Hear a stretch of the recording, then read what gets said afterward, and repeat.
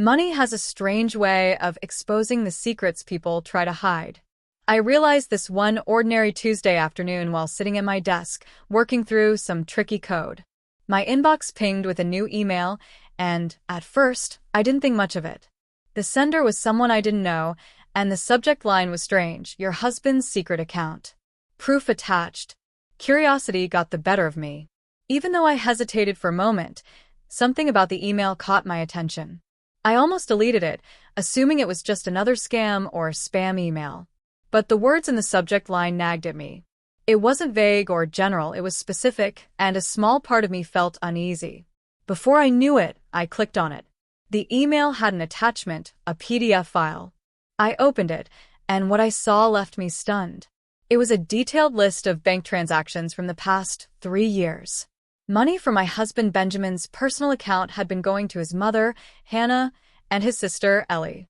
Thousands of dollars, month after month. The amounts weren't small, and over time, they had added up to a shocking total. I couldn't believe it. All this time, the money we were saving for our future, for a house, for kids, was quietly slipping away. And I had no idea. Before I could process what I was looking at, Benjamin appeared at my office door, smiling in his usual calm way. "Hey, Fi, want to grab lunch?" he asked casually, his voice breaking the heavy silence. I froze. My heart was pounding, and I felt anger bubbling up inside me. "Actually," I said, trying to sound normal as I turned my monitor away slightly. "We need to talk about this." His smile disappeared the moment he saw the screen. Guilt immediately replaced it. He knew. He knew exactly what I had discovered. "I can explain," he said quickly, stepping inside and closing the door behind him. I folded my arms, my eyes locked on his face. 3 years, Benjamin. You've been hiding this for 3 years. While we've been putting off buying a house and starting a family. Why? How much total are we even talking about? He wouldn't meet my eyes, his shoulders sagging under the weight of the truth. Finally, he muttered, "Around $95,000. The number hit me like a punch to the gut. $1,00,000. That was our down payment. Our future. Why, Benjamin?" My voice cracked, but I forced myself to stay calm. "Why didn't you tell me?" "They needed help," he said weakly. "Mom and Ellie. Samuel still can't find work, and Matthew's therapy isn't cheap." I stared at him in disbelief. 3 years, Benjamin. 3 years. And Ellie's over there posting about vacations on Instagram while your mom just bought a new car. That's what our money is paying for. "They're my family," he argued, as if that explained everything. I shook my head, my hands trembling. "And what about us? Are we supposed to be a family too? Why didn't you talk to me about this? Why didn't you let me have a say?" He stayed silent, his guilt hanging heavy in the air. I pulled up another transaction on the screen. "What about this? $3,000 last week? What was that for?" "Matthew's birthday party," he admitted, looking defeated. I laughed bitterly. $3,000. For a 5-year-old's birthday party. While we're living in a cramped 1-bedroom apartment because we're saving responsibly? Unbelievable. "Ava," he pleaded, stepping closer, "please try to understand." "Oh, I understand perfectly," I said, my voice growing colder. "Your mom and sister have been manipulating you for years, and you've let them. And now, it's cost us everything. That's not fair," he shot back. "They need help." "No," I snapped, standing up. "What they need are consequences. And so do you." He reached for my hand, but I pulled away. "We can fix this," he insisted. "I'll tell them we need to cut back. We'll come up with a plan together." "No," I said firmly, grabbing my bag. "You've been making plans behind my back long enough. Now it's my turn." "What does that mean?" he asked nervously. I paused at the doorway, looking back at him one last time. "It means I'm going home early." "Don't follow me. I need time to think." "Ava, please," he called after me. "And Benjamin," I added, my voice sharp, "call your mother. Tell her the free ride is over." As I walked to my car, I felt a mix of emotions: anger, betrayal, hurt, but beneath it all, something else was starting to rise. It was cold and calculating. If Hannah and Ellie thought they could play games with my marriage, they were about to find out they'd chosen the wrong person to mess with. I said there's a difference between supporting someone and being exploited, I said firmly, my voice cutting through the tense silence in the room. Even Samuel, who had been glued to his phone, finally looked up. I don't like what you're implying, Hannah said, her voice dangerously calm. Mom, Benjamin started, but I placed a hand on his arm to stop him. I'm not implying anything, I replied, my tone steady. I'm stating facts. For instance, Matthew's birthday party cost more than our entire month's rent. And Ellie, your struggling family somehow manages to afford weekly spa visits while Benjamin and I put our dreams on hold. Ellie's face flushed red, and her voice cracked with emotion. How dare you? We're barely getting by. Samuel's still looking for work. Really? I asked, raising an eyebrow as I pulled out my phone. Because according to LinkedIn, Samuel has turned down 3 job offers this year. Isn't that right, Samuel? Samuel froze, his face going pale. Ellie's shock turned toward him. Is that true? She demanded, her voice trembling. They weren't the right fit, Samuel mumbled, looking anywhere but at her. I stood, unable to stomach the charade any longer. Nothing ever is it? I said coldly. Thank you for dinner, Hannah, but I think Benjamin and I need to have an honest conversation about what real family actually means. Sit down, Hannah said sharply, her voice commanding. We're not done here. Actually, we are, I said, turning to Benjamin. Are you coming? For a moment, the room felt like it was holding its breath. Benjamin's eyes darted between me and his mother, the years of her control over him battling with a truth he could no longer ignore. Benjamin, Hannah said in a low, warning tone. Think very carefully about what you're doing. He stood slowly, the weight of his decision visible in his tense shoulders. I'm going home with my wife, he said, his voice soft but resolute.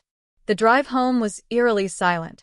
Neither of us spoke until we pulled into the parking lot. Benjamin slumped in his seat, staring at the dashboard. They'll never forgive me for this, he whispered. Good, I replied, my tone unwavering.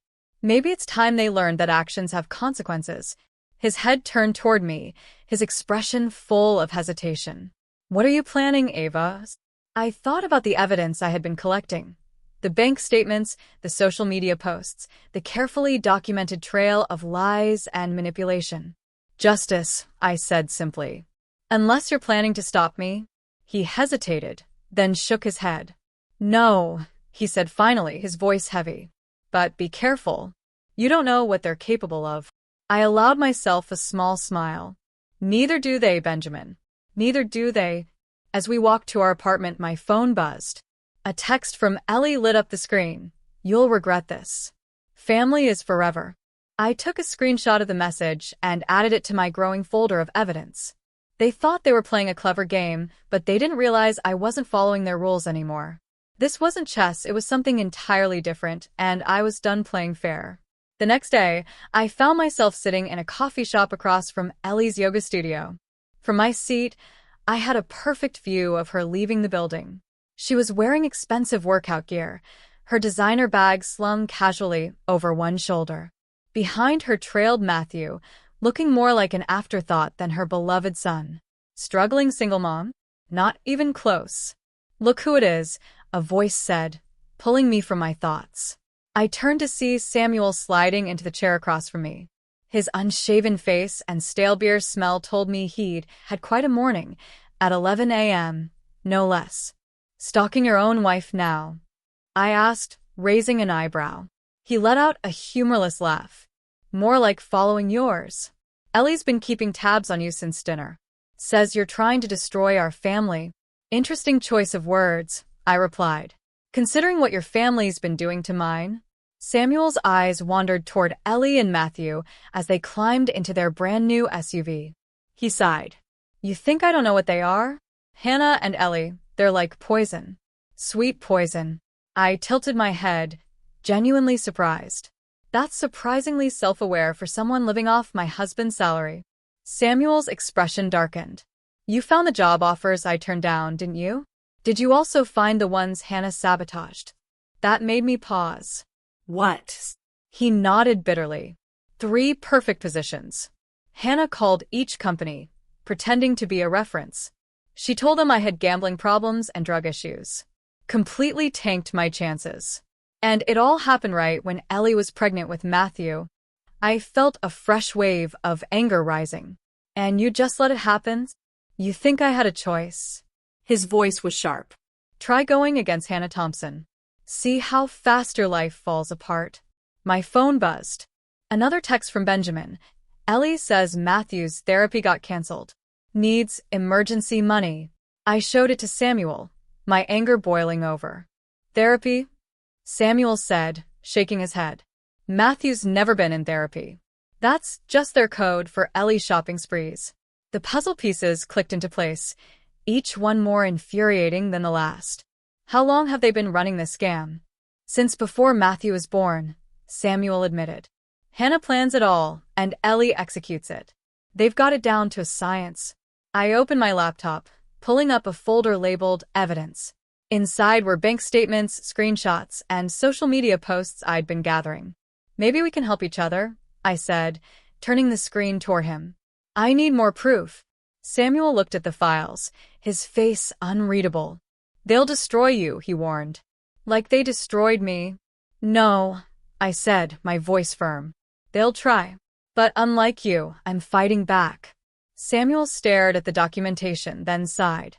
There's something else you should see. He pulled out his phone and showed me a video of Hannah and Ellie in a heated argument. Turn up the volume, I said. Ellie's voice was sharp. We can't keep bleeding him dry. Ava's onto us.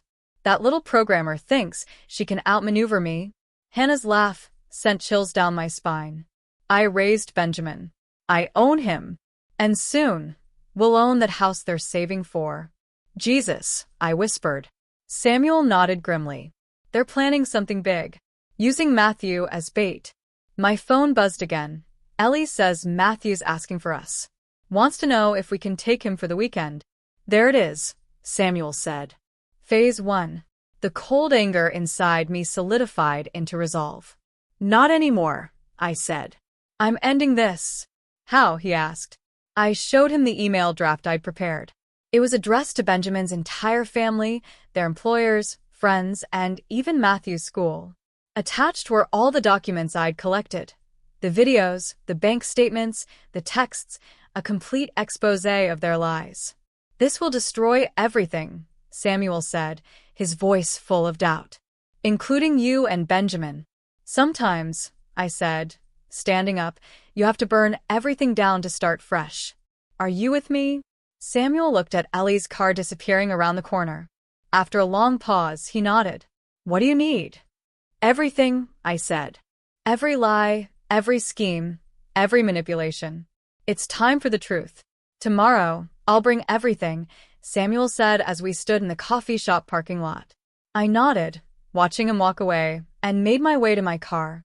Just as I slid into the driver's seat, my phone buzzed again. Another text from Hannah popped up on the screen. Family dinner. Monday. Non-negotiable. We need to discuss Matthew's future. A smile tugged at the corner of my lips. Perfect timing. They thought they were luring me into their trap, but they had no idea they were walking right into mine. Monday dinner would be one for the books. Let the games begin. That evening, the manila envelope Samuel promised sat between Benjamin and me on the kitchen table, as heavy as the truth it carried.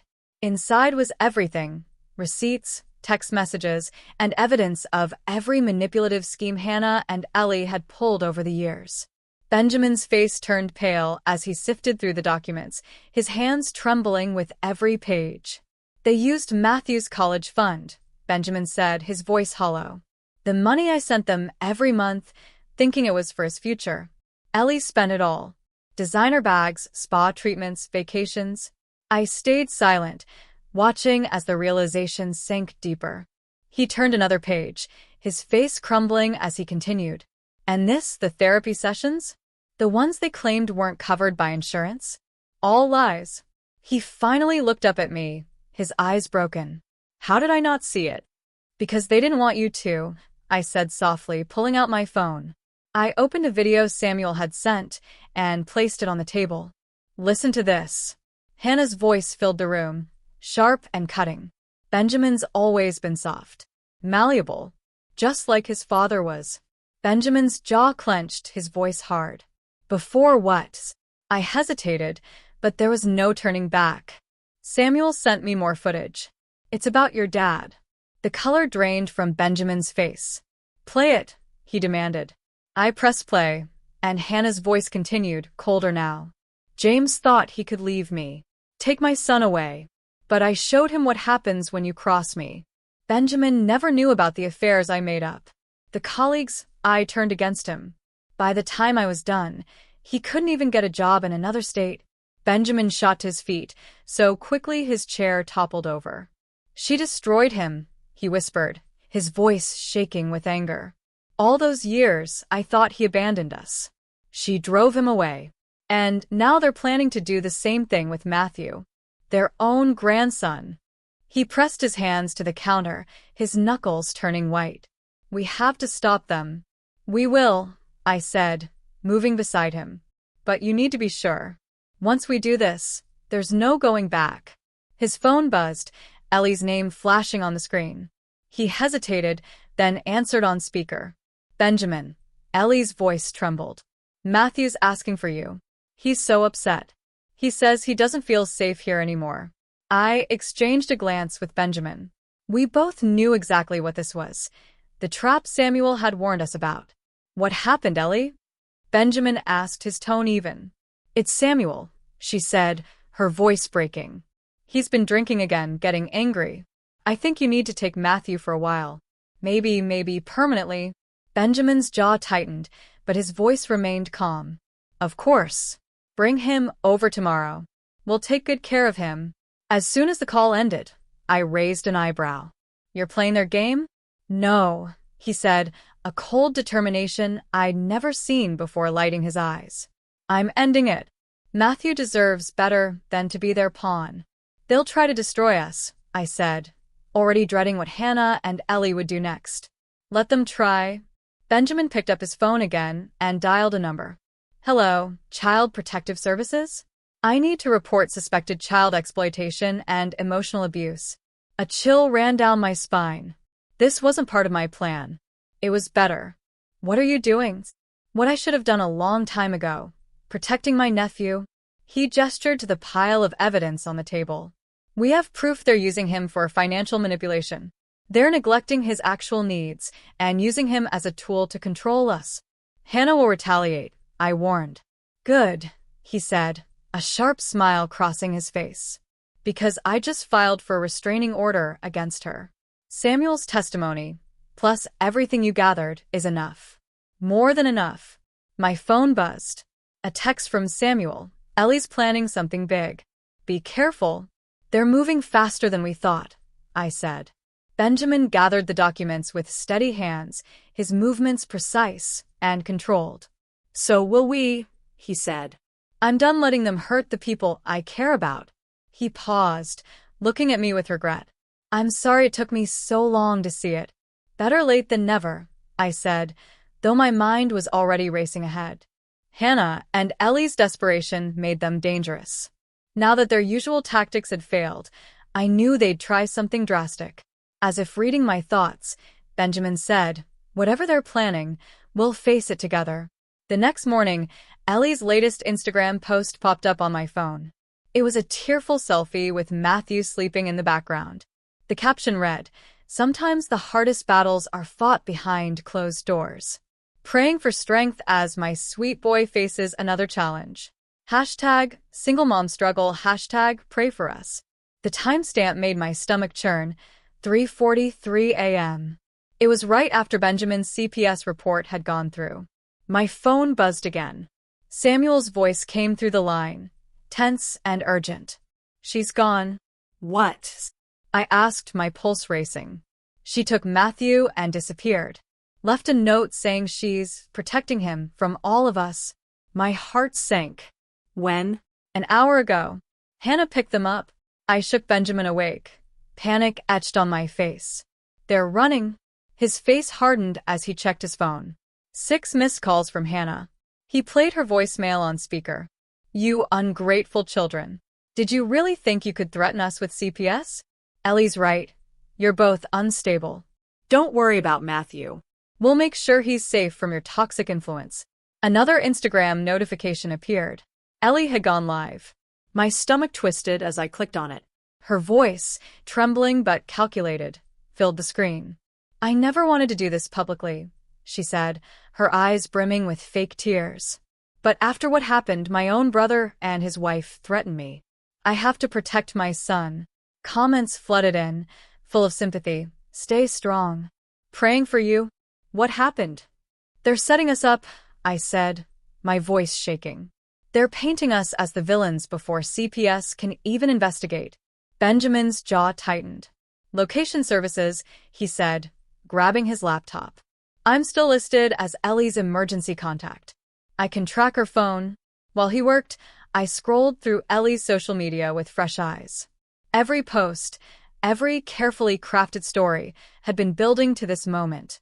She had been creating a narrative that painted us as unstable while making herself look like the victim. Got them, Benjamin said, his voice sharp. They're heading north on the interstate, to the lake house. I froze. Hannah's secret property. The one she had bought using our money. Benjamin's eyes narrowed. Perfect place to hide until CPS closes the case. My phone buzzed with another text from Hannah. Last chance. Drop the CPS report, or Ellie goes public with evidence of your abuse. Your choice. I showed Benjamin. His expression didn't waver.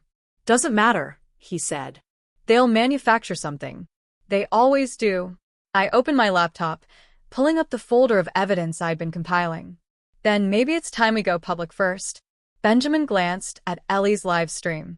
The comments were still pouring in, full of support for her lies. He shook his head. Ava, look at this. Hundreds of people already think we're the villains. Samuel's message came in like a lifeline. Tomorrow, I'll bring everything. His words echoed in my mind as I walked to my car, adrenaline still coursing through me. Another buzz from my phone broke my thoughts. A new message from Hannah. Family dinner. Monday. Non-negotiable. Time to discuss Matthew's future. I smirked, reading the text. They thought they were setting a trap for me, but they had no idea they were walking straight into mine. Monday dinner wouldn't just be another family gathering. It would be a reckoning. Let the games begin. Sunday night, the evidence Samuel had promised lay between Benjamin and me on the kitchen table. The manila envelope seemed to carry the weight of every betrayal, every manipulation, and every lie Hannah and Ellie had told. Benjamin flipped through the documents, his hands trembling as the truth unfolded before him. They used Matthew's college fund, he muttered, his voice hollow. All the money I sent for his future, gone. Ellie spent it on designer handbags, spa treatments, and vacations. He paused, his breath hitching as he reached another page. And this? The therapy sessions? The medical bills they said weren't covered by insurance? All lies. His eyes finally met mine, filled with disbelief and pain. How did I not see it? I placed a hand on his arm, my voice soft but firm. Because they didn't want you to see it. They knew exactly how to keep you in the dark. I opened my phone and played the video Samuel had sent earlier. Hannah's cold, calculating voice filled the room. Benjamin's always been soft. Malleable. Just like his father was. Benjamin tensed. His jaw tightened as his voice cut through the silence. Before what? I hesitated but knew there was no point in holding back now. Samuel sent more footage. It's about your dad. His face went pale. Play it. I pressed play. Hannah's voice continued, colder and sharper. James thought he could leave me. Take my son away. But I showed him what happens when you cross me. Benjamin never knew about the affairs I made up. The colleagues I turned against him. By the time I was done, he couldn't even get a job in another state. Benjamin shot to his feet, his chair crashing to the floor. She destroyed him, he said, his voice breaking. All those years. I thought he abandoned us. She drove him away. And now they're doing the same thing with Matthew. He pressed his hands to the counter, his knuckles white. We have to stop them. I stood beside him, careful to meet his gaze. We will. But you have to be sure. Once we do this, there's no turning back. The next morning, a new Instagram post from Ellie stopped me in my tracks. It was a tearful selfie with Matthew in the background, clutching a blanket. The caption read, "Sometimes the hardest battles are fought behind closed doors. Praying for strength as my sweet boy faces another challenge. Hashtag single mom struggle, hashtag pray for us." It was perfectly timed to drum up sympathy. I stared at the post, my anger building, when another text came in from Samuel. "Ellie just posted your address in a private mom group, claiming you're dangerous. People are sharing it. Be careful." I showed the message to Benjamin, his face darkening as he read it. "That's their move," he said. "They want to force us to react, make us look unstable."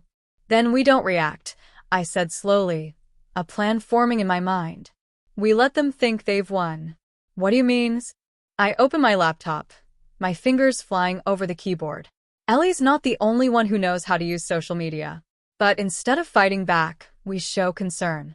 We'll post about how worried we are for Matthew, how concerned we are about his well-being. We share resources about family trauma and manipulation. We let the truth speak for itself. Benjamin watched as I typed, understanding dawning on his face. "They're expecting a fight." "Exactly," I said. "While they wait for us to explode, we'll be following their trails straight to the lake house. With CPS and the police," Benjamin finished. I hit post on my carefully worded message. Within minutes, comments started rolling in, the tone shifting from anger to concern. "Perfect." The lake house stood in eerie silence as we arrived in the pre-dawn hours. Its windows glowed faintly, like warning beacons. Benjamin parked the car a quarter-mile away, and we crept through the woods toward the house. My phone buzzed. Another message from Samuel. "CPS is 30 minutes out. Ellie is live streaming again, claiming you're stalking her." A child's cry pierced the quiet night. "Matthew. He sounds scared," Benjamin whispered. Peeking through the kitchen window, we saw Hannah pacing, her phone pressed to her ear. Ellie sat at the dining table, her face tear-streaked as she performed for the camera. "And now they're threatening to take Matthew away," Ellie sobbed. "My own brother, corrupted by that woman." Benjamin pulled me back into the shadows as Hannah stepped onto the back deck.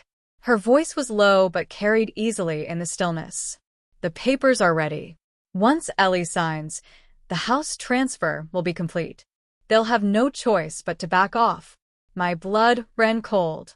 I pulled out my phone and checked our joint account. The down payment we had been saving, it was gone. Transferred to Hannah's account just 10 minutes ago. "Benjamin," I whispered, showing him the screen. His face turned ashen. "My passwords. Mom always knew them. I never changed them." A new voice broke the night. Samuel. Carrying Matthew's favorite stuffed dinosaur, he walked up the front path. "Ellie," he called out. "Let me see my son." Ellie appeared at the door, her phone still recording. "Stay back. I have a restraining order." "No, you don't," Samuel said, his voice steady. "Just like Matthew's not in therapy, and you're not a single mother. Stop lying." "Drunk," Hannah announced loudly for the benefit of Ellie's stream. "Everyone can see it." "I'm sober," Samuel replied. "Clear enough to testify about everything. The fake medical bills, the manipulation, all of it." Hannah's smile turned sharp. "Testify? With your history of alcoholism and violence." I felt my heart sink. Of course they had fabricated evidence against him, ready to use it when needed. Samuel dropped the dinosaur and turned away, shoulders slumped. Defeated. "Time to end this," I whispered to Benjamin, stepping forward. "Wait," he hissed, grabbing my arm. It was too late. The motion sensor lights flicked on, flooding the yard with harsh light. "There," Ellie shrieked, spinning her camera toward us. "They found us. They're trying to break in." Hannah's smile widened. "Right on cue. All I ever did was to keep this family together." Hannah spat, her voice trembling with anger. "Even if it meant destroying it." Benjamin stepped forward, his voice filled with a pain that was impossible to ignore. "You used my nephew as a weapon. You drove away anyone who threatened your control. Even Dad. Ellie, who had been holding it together for the camera, finally broke down into real sobs. You said we were helping Matthew. You said Benjamin owed us, she cried, her words tumbling out as if a dam had burst. Shut up. Hannah snarled, her composure cracking, but Ellie didn't stop. The therapy money, Matthew's college fund, that was all your idea. You told me. I said shut up. Hannah's voice was sharp and desperate. Suddenly, the back door creaked open. Standing there in his pajamas, clutching his worn blanket, was Matthew. His small voice broke the tense silence. Mommy, why is everyone yelling? The air went still, the weight of the moment crashing down on all of us. One of the officers finally stepped forward, addressing Benjamin. Sir, we received reports of stalking and harassment. Can you explain? Play the rest of the video, I said, my voice steady. Everything's in there, including financial fraud and conspiracy to commit theft through coercion. Hannah lunged for my phone, her face wild, but Benjamin caught her arm. It's over, Mom. No more manipulation. No more lies. You ungrateful, she hissed, swinging at him in fury, but the officers were faster. They restrained her with practiced ease. Hannah Thompson, one of them announced, you're under arrest for conspiracy to commit fraud. Behind us, Ellie collapsed onto the deck, sobbing uncontrollably. Matthew, baby, go inside, she whimpered. No, Samuel's voice rang out, strong and clear. He appeared at the edge of the porch, standing tall with two CPS workers by his side. Matthew's eyes lit up as he saw his father and ran toward him, wrapping his little arms around Samuel's legs. You can't take him, Ellie shrieked, her voice breaking. Until this is sorted out, one of the CPS workers said firmly, Matthew will need a stable environment. Mr. Sanders has provided evidence of ongoing emotional abuse and exploitation of a minor. I watched as Matthew clung to Samuel, his small body trembling. In the end, all their schemes, all their manipulations, had forgotten the one person who mattered most, Matthew. As the officers led Hannah away in handcuffs, she turned to Benjamin one last time. Benjamin, you can't let them do this. I'm your mother. Benjamin didn't respond. He didn't even look at her. Instead, he turned to me, his voice low and filled with regret. I'm sorry, Ava. For everything. For not seeing it sooner. Better late than never, I replied softly. A week later, the nursery walls were halfway painted when Samuel's text came through. Ellie's asking to see Matthew. Says she's been getting help. I read the message aloud to Benjamin, watching his brushstrokes falter. Yellow paint dripped onto the drop cloth below, a color we had chosen because it felt like hope. Warm, uncertain, but persistent. What do you think? He asked, not turning around. I looked out the window. Autumn leaves scattered across our new backyard, a yard smaller than the one we'd originally planned, but ours. No hidden strings. No manipulation. I think, I said carefully, that's Matthew's father's decision to make. Another buzz from my phone interrupted the quiet. It was a photo from Samuel, his new office. His name proudly displayed on the door below the title, Junior Developer. The caption read, First Day. Thanks for the recommendation. Benjamin set down his brush and leaned against the nursery wall. Mom's sentencing is tomorrow, he said quietly. I know. The weight of that knowledge hung between us. Hannah had pleaded guilty to reduce her charges, but the investigation had uncovered even more victims, other families she had manipulated and destroyed over the years. The doorbell rang, and when I opened it, Samuel stood there with Matthew at his side. The boy wore a bright blue coding camp t-shirt, a gift from Samuel's new workplace. Uncle Benjamin, Matthew shouted, rushing forward to hug him. Dad's teaching me Python already. Benjamin laughed, genuine joy breaking through the tension of the day. Watch out, Matthew, or you'll be competing for my job soon. Actually, Samuel said, clearing his throat, we wanted to show you something. He handed me his phone, open to Ellie's private Instagram account. Gone were the victim posts, the staged photos of suffering. Instead, there was a simple picture of Ellie sitting with her therapy group. The caption read, Learning to Break Generational Patterns. Day 45. She's doing the work, Samuel said quietly. Real work. Not just performance. Benjamin touched the wet paint on the nursery wall, his voice soft. And Hannah? Samuel shook his head. She hasn't tried to contact any of us. The counselor says that's probably for the best, for now. Matthew tugged at my sleeve, his eyes wide with curiosity. Is the baby's room yellow like a duck? Like sunshine, I corrected, then caught myself. It was a phrase Hannah used to say, wrapping hard truths in pretty metaphors. I smiled faintly. No, Matthew. It's just yellow. Samuel nodded, understanding. We should go. Matthew's got coding class. Wait, Benjamin said suddenly. Matthew's birthday party next week. If you both wanted to come. The invitation hung in the air, fragile but sincere. Not forgiveness exactly, but something newer, something more cautious. Samuel hesitated before nodding. We'll think about it, he said, glancing at Matthew. Right, buddies? Matthew grinned. Right. As they left, Benjamin returned to painting, his strokes more confident now. You know what I've realized? He said after a moment. We spent so much time trying to get revenge, we almost missed the real victory. And what's that? I asked. This. He gestured around the room. Building something real. Something true. Mom always said family was about loyalty at any cost, but it's really about growth, isn't it? Even when it hurts. I touched my stomach, not yet showing but full of promise. Speaking of growth, Benjamin froze, the brush clattering to the floor. Are you? I smiled. I found out this morning. I wanted to wait until after tomorrow's sentencing to tell you. He pulled me close, his paint-stained hands forgetting the mess they made as he held me tight. Through the window, I could see Matthew waving from Samuel's car as they drove away. In my pocket, Ellie's latest message waited for a response. And somewhere across town, Hannah was preparing to face the consequences of her choices. Revenge had been my first instinct, but healing turned out to be the better path. Not perfect healing, some scars would always remain, but real healing, built on truth, boundaries, and the courage to start again. Yellow really was the right choice, Benjamin murmured into my hair.